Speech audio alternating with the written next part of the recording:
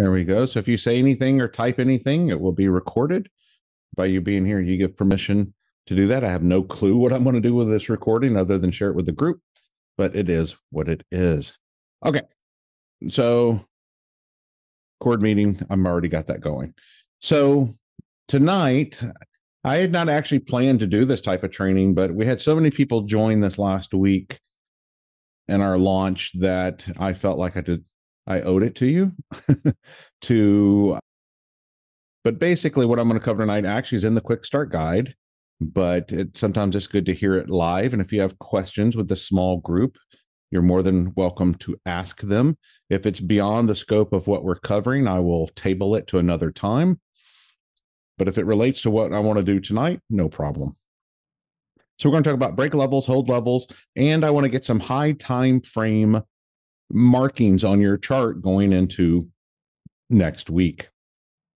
So what I did is I went and looked at my end of the day charts. You can see my Discord, I assume. And the end of the day charts, I cannot stress enough, this is where your confidence in our system is going to come from. Is once you can learn to draw these lines yourself, I want you to start making end of the day charts every day. In fact, I do them twice a day because I wake up in the morning and I do them for the overnight session. Why do I do them for the overnight session? Because I want to get an idea, is price being orderly enough to bounce off my lines? It's kind of the litmus test to, okay, going into the trading day, looks like we're going to be good because we're bouncing off all the lines perfectly. And as long as we have orderly price action, this works like gangbusters. So the reason you want to do this is because once you draw these lines, you can come in and go, okay, George did the chart for Friday, November the 11th. Let me go to TradingView and draw the same lines. Do my lines match his lines? It's a great way to double check yourself. Also, if at the end of the week, you do all your charts, and this was last week's results right here. You do all your charts. Hold on. I just want to move this. There we go. This was last week's results. Off of a 3-minute chart, just drawing our basic lines without any price analysis, without any, are we trending up? Are we trending down? Just drawing the line and trading the lines. I'm not saying this week is going to be next week, but this is this week's results. 10, 20, 40, and 0. That's not bad.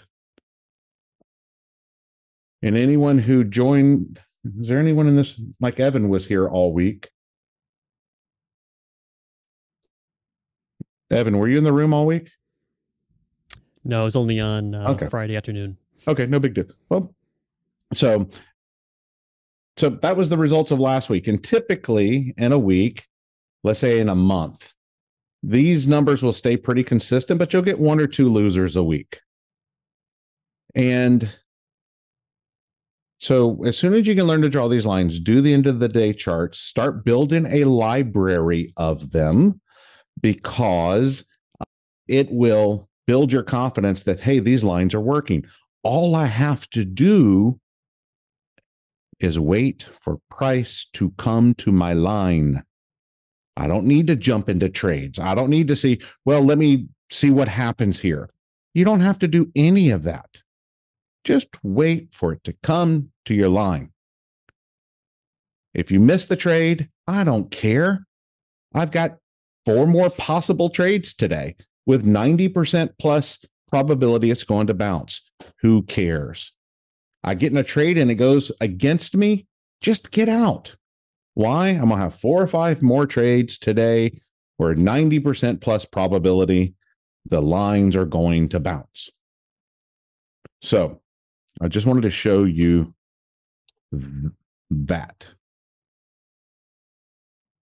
So let's cover break levels first. It is foundational. Hold levels are foundational. Both of these together are basically the letters that are going to form the words, that's going to form the sentences, that's going to form the paragraphs, that's going to form the story that's going to create art on your chart. And that is absolutely true. And by the time you get to the story and art level, you're going to swear you're staring into the matrix, because price is no longer random. It stops on a dime to the tick, many cases with our lines. Sometimes it'll bounce 2, 3, 4, 5 ticks in front of it. I'm not afraid of front running because I'm confident that these lines are going to bounce. So let's talk about break levels.